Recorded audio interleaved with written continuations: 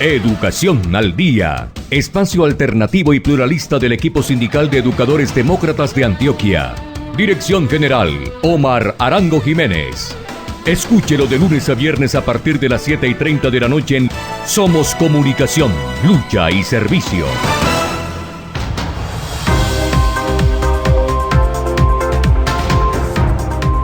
Hola, ¿qué tal, amables oyentes de Educación al Día? Muy buenas noches. Les recordamos que este es el espacio radial del equipo sindical de educadores demócratas del departamento de Antioquia. Mi nombre es Karina Arango Carbonó y hasta ahora les doy la bienvenida a este espacio radial para la educación y temas de actualidad. A esta hora saludamos a quienes nos sintonizan a través de www.educacionaldia.com.co, también a través de nuestro canal de YouTube Educación al Día. Bienvenidos.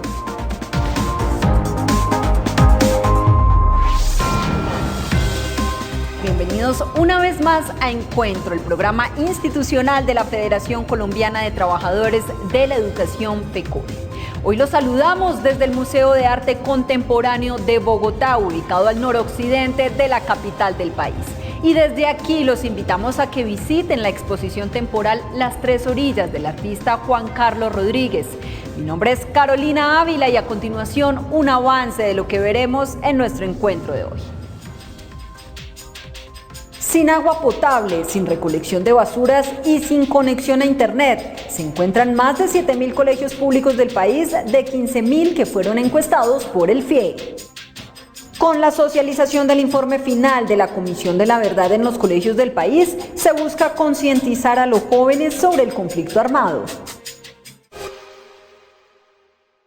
Una encuesta diagnóstica avalada por el Ministerio de Educación Nacional y adelantada por el Fondo de Financiamiento de Infraestructura Educativa en el país para identificar el panorama en esta materia demostró que de 15.000 instituciones indagadas, cerca de la mitad no cuenta con agua potable ni servicio de recolección de basuras, entre otros servicios públicos. Durante el balance de trabajo del actual gobierno, el pasado mes de junio, el Ministerio de Educación Nacional, junto al Fondo para el Financiamiento de la Infraestructura Educativa, dieron a conocer un informe encuesta diagnóstico que realizaron durante el gobierno de Duque sobre la infraestructura educativa oficial del país con el fin de identificar el panorama actual de las instituciones. En el proceso participaron 68 entidades territoriales certificadas, es decir, 581 municipios de 29 departamentos del país, para un total de 15.458 registros de sedes, las cuales evidenciaron varios hallazgos, entre ellos las pésimas condiciones en materia de servicios públicos. Los resultados de la encuesta demuestran el estado calamitoso en que dejó el gobierno Duque a la educación, en particular a la infraestructura educativa. Tenemos entonces que el 55% de los colegios encuestados no cuentan con agua potable y el más del 60% no tratan las aguas servidas sino por medio de pozos sépticos. Es de resaltar que de los 15.458 registros de instituciones, también se identificó que el 18% no cuenta con agua permanente, el 79% no tiene servicio de gas y, por si fuera poco, el 60% no cuenta con conexión a internet. Un panorama que pone como tema central no solo el análisis de las desigualdades educativas y el pésimo esfuerzo del gobierno saliente por contribuir a garantizar los servicios básicos en los colegios, sino que deja abierta la discusión de lo que deberá hacer el actual gobierno en materia de infraestructura y servicios públicos en las instituciones del país. El reto del nuevo gobierno es, en primer lugar, tener los recursos suficientes para resolver los graves problemas de infraestructura educativa. Eso es fundamental. Y además, repensar lo que se ha hecho desde hace varios gobiernos con el Instituto de Fomento de Infraestructura Educativa, que ha resultado tener muchos problemas en su diseño y que ha causado muchas dificultades. Aunque FECODE desde hace varios años viene luchando porque se garantice la calidad en infraestructura educativa, puesto que gran parte de los colegios oficiales, sobre todo en zonas rurales, carecen tanto de servicios públicos como de instalaciones adecuadas, en la actualidad esta problemática continúa latente porque ni la pandemia, que evidenció aún más estas carencias, sirvieron para que el gobierno de Duque trabajara en pro de garantizar condiciones de infraestructura dignas y de calidad para los niños y niñas del país. La educación es una herramienta necesaria para transformar sociedades. Por eso, en el escenario actual, educar ciudadanos críticos, tolerantes, comprometidos a nivel global y local y respetuosos de los derechos es una de las características que permitirán el fortalecimiento de una democracia pluralista y participativa.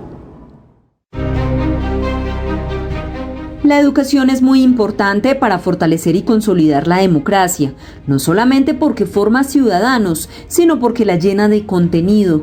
La democracia se construye con ideas, pensamientos, criterios, formas de deliberar, razonar, discutir o de comprender la naturaleza humana, los conflictos y las dificultades, y de esta manera resolverlas desde el punto de vista ético y político, lo que se llama formación ciudadana, un aspecto que se da en los contextos educativos organizados democráticamente. La educación tiene un gran compromiso, no solamente en términos de formar personas para que se vinculen a las actividades laborales y a las actividades sociales en general, sino que tiene la obligación de formar buenos seres humanos. Y eso es un reto enorme, porque significa que no solamente debo pensar en cómo me va a mí en la vida, sino cómo le va a los otros. Y cuando pienso en los otros, pues tengo que tener varias características. Por ejemplo, escucharlos. Por ejemplo, entender que somos diferentes, que pensamos diferentes y que gran parte de un ejercicio, por ejemplo, de la democracia consiste en que nos pongamos de acuerdo en algunos puntos de manera racional y lógica. Aunque desde las aulas ya se ha venido trabajando en el fortalecimiento de la democracia, el gran reto y compromiso de toda la comunidad académica es a continuar involucrando competencias vinculadas a ejes sociales que construyan sociedad y democracia desde las aulas. En general creo que el sistema educativo tiene debilidades en la formación de buenos ciudadanos, de valores y en general de competencias de pensamiento. Normalmente un sistema educativo debería contribuir a que fuéramos más demócratas, a que escucháramos al otro y que entendiéramos que tiene posiciones diferentes, pero que fuéramos respetuosos frente a esas otras opiniones, que fuéramos capaces de discutir sin golpearnos, sin maltratarnos, pero también fundamentalmente entender que yo puedo tener la razón, pero que mi razón no se puede convertir en una verdad absoluta. En este contexto y sin lugar a dudas, es la educación la que infunde, la que inspira, la que construye en el tejido diario de la escuela, en la vida cotidiana, en la trama de la escolarización, que es donde se va construyendo la vida como una forma democrática y donde se forman esos sujetos políticos que van a hacer la vida democrática. La democracia es imperfecta, así como lo es la condición humana, pero para mejorar esa imperfección hay que formar esos seres libres pensadores, críticos, tolerantes y que tengan conciencia colectiva de los problemas de la humanidad. Es momento para que el secretario de Cultura, Recreación y Deportes de FECODE, el profesor Edgar Romero Macías, socialice temas de interés para los docentes del territorio colombiano. Saludo al magisterio colombiano y a las comunidades educativas. FECODE siempre en la defensa de nuestros y de vuestros derechos. Avanza el equipo nacional de Cultura, Recreación y Deporte en la consecución y el fortalecimiento del bienestar docente. Hemos tenido reuniones con el gobierno nacional para tratar problemáticas y temas y avances en la reglamentación deportiva, en la actualización y en el desarrollo del encuentro folclórico cultural y de cada una de las fases de los Juegos Deportivos del Magisterio Colombiano. La fase municipal en casi todos los entes territoriales se ha desarrollado.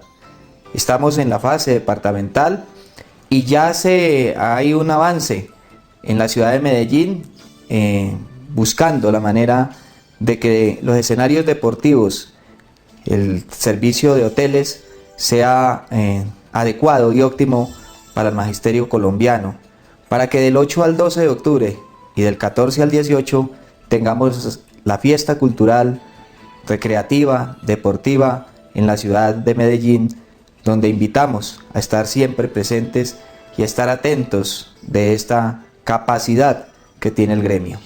De igual manera, hemos hablado temas de bienestar docente en asuntos de vivienda. Esperamos con el gobierno de Petro poder tener una articulación en la política de vivienda y poder dar desarrollo y concreción al artículo 14 de la Ley 2079 específica para docentes y directivos docentes de Colombia. En la normatividad vigente existen posibilidades en la concurrencia de subsidios, en los jóvenes propietarios y en las tasas de Fresh Novis que la Secretaría de Cultura, Recreación y Deporte envió a través de un boletín a nuestras filiales. Saludo especial y siempre firmes con FECODE. El pasado 12 de agosto arrancó la socialización del informe final de la Comisión de la Verdad en colegios y escuelas del país. De esta manera, la comunidad educativa podrá conocer, entender y reflexionar de primera mano sobre lo que sucedió en Colombia en medio de 50 años de guerra. El pasado 12 de agosto comenzó la socialización del informe final de la Comisión de la Verdad en varios colegios y escuelas a nivel nacional, una decisión que ha sido apoyada y respaldada por FECODE, el Ministerio de Educación, varias secretarías de educación, Educapaz, el Centro de Memoria, Paz y Reconciliación del Distrito, entre otras, quienes han defendido el hecho de que tanto estudiantes como docentes, directivos docentes y comunidad en general puedan conocer de primera mano y a través de videos, diapositivas o lecturas las diversas problemáticas que desencadenaron el conflicto armado en Colombia y a su vez reflexionar sobre diversas formas de resolución de conflictos. Es para que los niños de Colombia se eduquen a partir de la historia como pasó. Y por eso con el ministro Alejandro Gaviria vamos a llevar a las escuelas, pero esto lo tiene que tomar sobre todo el mundo del magisterio para colocar nuestra historia de verdad y ayudarnos a comprender cuál es nuestra verdadera identidad, que es una identidad de bellísimas comunidades indígenas en todas partes de nuestro mundo afro y también de la historia de lo que ha sido la lucha de nuestro pueblo por la justicia y por la esperanza. El informe, que menciona 10 millones de víctimas y cerca de 90.000 jóvenes llevados a combate, busca que desde la academia se puedan crear espacios de conocimiento y reconciliación. Por ello, el pasado 12 de agosto en Bogotá, la socialización inició sobre las 6 de la mañana, dando apertura a la jornada de manera virtual y presencial y realizándose en simultáneo en 275 instituciones públicas y 185 privadas de la capital. Los hechos narrados en este informe, como las estrategias pedagógicas que nos brindan también en el mismo informe, pues nos van a abrir caminos para abordar esto en la escuela, para llegar a comprensiones complejas en nuestros estudiantes y para tratar de desarrollar en ellos habilidades que permitan que estos hechos no se vuelvan a producir nunca más. Nosotros nos tenemos que enterar de la verdad para así poder llegar a una nación mejor, a una Colombia mejor para nosotros, que somos las generaciones del futuro. Y quiero invitar a todos los estudiantes, a todos los docentes, a todos los directivos, para que no le tengamos miedo a la verdad, para que conozcamos la verdad de primera mano y que todo lo que nos ha ofrecido la Comisión de la Verdad lo pongamos en práctica en la escuela, reflexionando, analizando y transformando vidas. Es de resaltar que, de acuerdo con la cartilla, la escuela abraza la verdad, la cual ha sido el material con el que se ha trabajado en estas jornadas. Las y los docentes de educación básica y media en Colombia representan una de las principales potenciales fuerzas de transformación social que tiene el país. Por ende, la sostenibilidad del legado de la Comisión de la Verdad entre las nuevas generaciones depende, entre otros factores, de que no pase desapercibido en las escuelas de Colombia. Y en el marco de la campaña La Escuela Abraza la Verdad, hoy analizamos el capítulo La Colombia fuera de Colombia, que da cuenta de las personas que tuvieron que huir del país por razones de seguridad en medio del conflicto armado, calificando al exilio colombiano como uno de los más largos del mundo. El capítulo La Colombia fuera de Colombia del informe final de la Comisión de la Verdad, que aborda el exilio en el marco del conflicto armado, es la muestra de una nación sin horizonte, sin esperanza y sin garantías, donde más de 1 millón de colombianos se vieron obligados a huir del país en medio del duro desprendimiento de su tierra, de lo que habían construido y de un futuro al lado de los suyos. En este sentido, el exilio se convirtió en el último recurso después de otros hechos sucesivos de violencia sufridos, como desplazamientos forzados, amenazas, pérdida de seres queridos o atentados contra la vida. Una pérdida de capital humano y del movimiento social muy importante también con el exilio, porque mucha de esta gente muy valiosa pues quedó fuera, digamos, decir, del juego, de las organizaciones, del trabajo institucional en el país. Algunos eran cargos de la Unión Patriótica, otros eran pues líderes campesinos o indígenas o afrodescendientes, y lo que hemos tratado es de rescatar toda esa experiencia, ¿no? Tanto de visibilizar a esta población. De las cerca de 5.000 entrevistas a víctimas de exilio, el 90% hacen referencia a un patrón de persecución política, donde las principales víctimas por amenazas fueron los movimientos sindicales y estudiantiles, jueces y funcionarios públicos que cumplían con su labor de investigar, personas desmovilizadas vinculadas a procesos de paz, víctimas del secuestro y mujeres que resistieron al reclutamiento de sus hijos, siendo los causantes de estas amenazas los paramilitares en un 45%, la guerrilla en un 25%, los agentes del Estado en un 12% y el resto de autoridades no declaradas, que tenían el objetivo de paralizar los sindicatos, callar a los defensores de derechos humanos y políticos que pensaran distinto. Los maestros y maestras también han sido golpeados porque han cruzado todas las fronteras invisibles del conflicto, ¿no? A veces un maestro que vivía en la ciudad o en un pueblo y tuviera que salir a una vereda, porque era el maestro en la vereda, una zona controlada por el ejército, tenía que pasar un retén paramilitar y llegar a una zona con fuerte presencia de la guerrilla, se convertía, todos los presionaban para ser informante de un determinado grupo. Esas son algunas formas de la victimización, especialmente del sector de maestros y maestras. En medio de los relatos se evidenció que pequeñas poblaciones apartadas del país desaparecieron, donde estas comunidades tenían como condición volver a los territorios si el docente regresaba, con el propósito de que se garantizara un territorio de paz.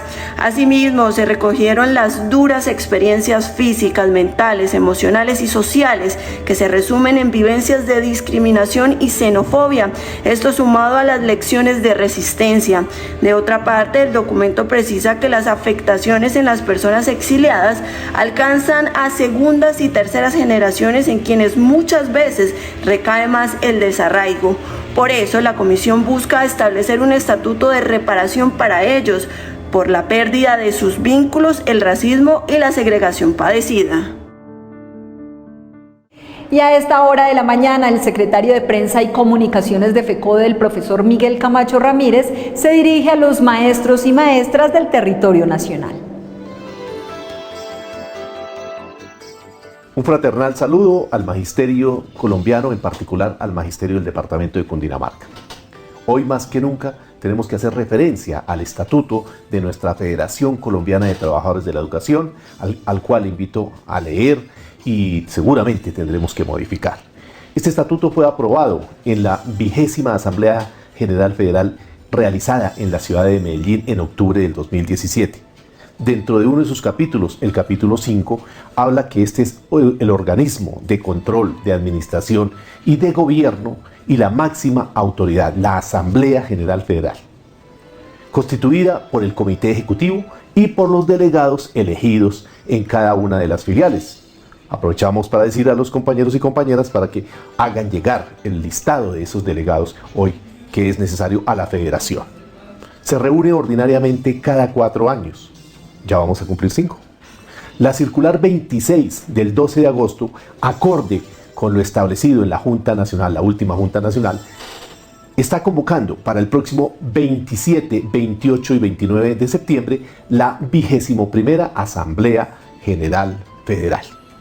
En el marco de este Gobierno Nacional del Cambio, que ustedes, los maestros y el Comité Ejecutivo en pleno de la Federación ayudamos a elegir, proponemos una temática muy importante. La primera, construir una política pública educativa entre todos. Trabajar mucho el movimiento pedagógico, el proyecto pedagógico educativo alternativo, la Escuela Territorio de Paz, el estatuto de la profesión docente, tan importante hoy, la financiación de la educación pública acorde con todo el pliego de peticiones que hoy no se ha cumplido, el tema de la salud y las prestaciones del magisterio, la reforma a este estatuto, que tiene muchos vacíos, el pliego de peticiones que presentaremos el año entrante y el tema de fijar la fecha de las elecciones del Comité Ejecutivo. Así que en medio de las diferencias, pero en la unidad de acción, trabajaremos por la educación pública y por los derechos del magisterio. Hoy hacemos un sentido homenaje a la memoria de nuestro gran amigo y compañero Víctor Jairo Chinchilla, quien fuese un excelente maestro e investigador, destacado en el área de la educación física y el deporte, y también reconocido a nivel nacional por sus grandes aportes a la pedagogía y a la didáctica en su campo. La importancia de la educación física se comprende cuando se reconoce como un proceso de desarrollo humano y una potencialidad que el hombre tiene para adaptarse a la vida y a su entorno y para mejorar sus capacidades a través del movimiento. Así lo manifestaba Víctor Jairo Chinchilla, fallecido el 18 de mayo de 2021, un docente y magíster a quien la Universidad Pedagógica le rindió un homenaje por su legado y aportes en escritos e investigaciones a un campo que ha venido progresando y que hoy repercuten en la enseñanza de nuevas generaciones. Un hombre difícil de que encontremos otro, porque él era un apasionado por su profesión, por la educación, por el joven, el respeto al joven, el respeto a la naturaleza, el respeto a los animales, el respeto al otro y a la vida. Uno lo podría sintetizar como una persona totalmente comprometida con su profesión, participante en los momentos de crisis de la educación física para hacer propuestas de solución. Yo digo que era un hombre de pocas palabras, pero de muchas acciones. Algunas de las metas de este excepcional docente de colegio y universidad pública fueron posicionar a la educación física y darle el respeto que se merece como un área fundamental en un proceso de formación integral y generar oportunidades valiosas para todos los jóvenes. Chinchilla fue un ser humano excepcional que logró impactar a quienes lo rodearon gracias a su alegría, humildad, carisma e inteligencia. Lo conocí en 1990 cuando era estudiante, yo era estudiante de la Universidad Pedagógica Nacional y él nos impartía una materia que era la introducción a la educación física y de ahí ya se generó una relación bien importante que es saber que la educación física tiene una incidencia en el orden local, nacional, distrital y es un eje fundamental en el desarrollo de los niños, niñas y jóvenes. Nosotros tuvimos las clases en virtualidad, entonces fueron clases bastante caóticas, pero bastante entretenidas, porque él tomaba un tiempo de la clase para teoría, para explicarnos de la manera más desmenuzada posible y luego nos contextualizaba y nos hacía todo en la práctica, pero en prácticas más allá de lo deportivo, prácticas de la cotidianidad, desde cómo barrer era una práctica corporal y todo eso. Víctor Jairo Chinchilla realizó 3 congresos nacionales de educación física, fue delegado ante el Ministerio de Deportes y Educación y representante de los docentes en la Junta Directiva de Coldeportes.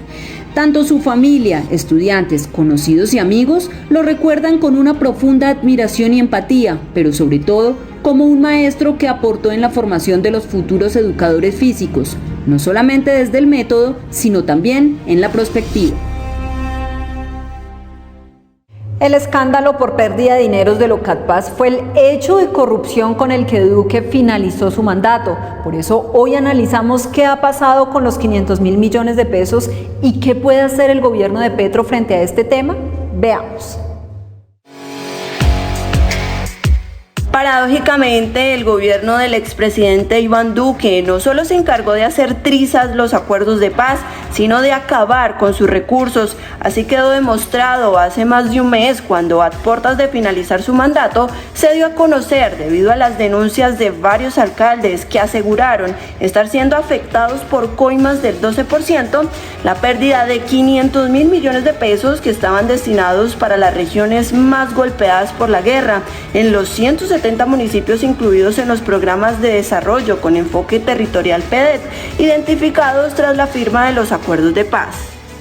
¿De dónde sale esa cifra de los 500.000 millones de pesos perdidos? Pues sucede que en el último año se aprobaron alrededor de 4.4 billones de pesos y hacemos un cálculo sencillo de que, según las denuncias de los alcaldes, habría unas coimas del 12%, de ahí sale esa cifra que se ha vuelto pues muy popular y la bandera precisamente de este escándalo de alrededor de 500.000 millones de pesos que se habrían perdido de la plata de la paz en coimas pagadas a diversos funcionarios. ¿Qué pasó con la asignación del dinero? Sucede que el dinero del Sistema General de Regalías que estaba asignado para los OCAT Paz tenía una vigencia de 10 años, pero se dio prioridad a ejecutarlo en los primeros años para que los proyectos salieran adelante más tiempo. Sin embargo, al haber hecho la asignación tan rápida y frente a este escándalo, lo que tenemos es que ya no hay recursos para los próximos 8 años. ¿Qué hizo el gobierno saliente de Iván Duque? El gobierno saliente no le puso ninguna atención a este escándalo, de hecho no se llevaron a cabo mayores investigaciones. ¿Qué puede hacer el gobierno de Gustavo Petro? El reto que tiene este gobierno es, primero, pues, tratar de ejercer alguna mediación con los organismos de control competentes, en este caso la Fiscalía, la Corte Suprema de Justicia, la Contraloría y la Procuraduría, que tendrían que entrar a investigar a los funcionarios que presuntamente estarían involucrados en este caso. El gobierno entrante tiene una papa caliente encima, porque el DNP era la meca, yo diría, de la tecnocracia y de la seriedad en Colombia, y frente a este escándalo pues queda en el ojo del huracán. En este sentido, los diferentes sectores afectados solicitan una investigación urgente por parte de la Fiscalía para que se aclare lo sucedido y se judicialice a los responsables. Y no podemos finalizar nuestro programa sin el editorial del presidente de la Federación Colombiana de Trabajadores de la Educación, el profesor Nelson Javier Alarcón Suárez.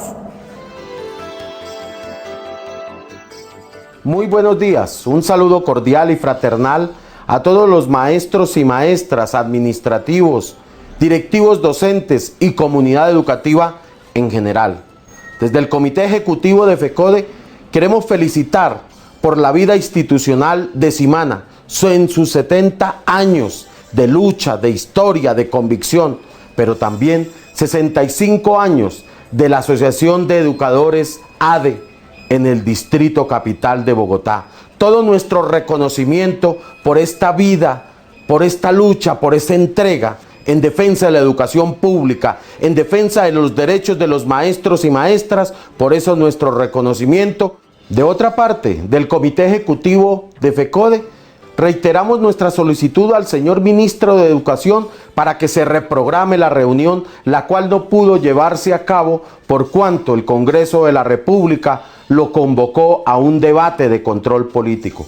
Hoy se requiere inmediatamente podernos reunir en el transcurso de esta semana para buscarle soluciones inmediatas a la gran problemática que hoy se está viviendo en la educación y, por supuesto, hacia los maestros y maestras de Colombia. Necesitamos buscarle soluciones rápidas, concretas, para poder establecer diferentes criterios y ajustes al cronograma de los cursos de los 8.000 de los maestros y maestras del 1278, ya que tiene que ajustarse este cronograma para darle una mayor celeridad y que por fin los compañeros y compañeras puedan tener su ascenso y reubicación, pero a la vez definir una fecha de efectos fiscales como le hemos propuesto al señor ministro en reuniones anteriores y que debe ser con base en lo pactado y acordado con el gobierno anterior. También para poder avanzar inmediatamente en concertar y poder reactivar la comisión de alto nivel para poder establecer y consensuar ese acto legislativo y darle soluciones inmediatas a las grandes brechas de desigualdad que hoy se tienen en el tema de educación. Se hace más que necesario la reforma al sistema general de participaciones.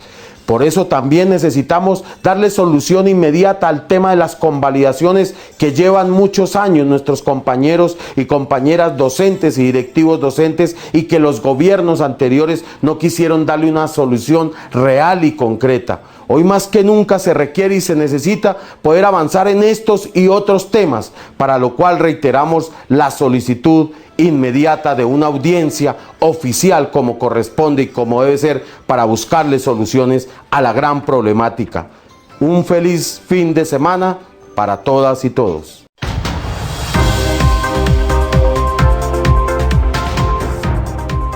Amables oyentes, hemos llegado al final de nuestro programa Educación al Día. Les recordamos que este es el espacio radial del equipo sindical de educadores demócratas del departamento de Antioquia. Les recuerdo que soy Karina Arango Carbonó y agradecemos a todos por su sintonía. Les recordamos que nos pueden escuchar de lunes a viernes a través de www.educacionaldia.com.co de 7:30 de la noche a 8:30. También pueden sintonizarnos a través de nuestro canal de YouTube. Feliz noche para todos. Educación al Día, espacio alternativo y pluralista del equipo sindical de educadores demócratas de Antioquia. Dirección General, Omar Arango Jiménez. Escúchelo de lunes a viernes a partir de las 7:30 de la noche en Somos Comunicación, Lucha y Servicio.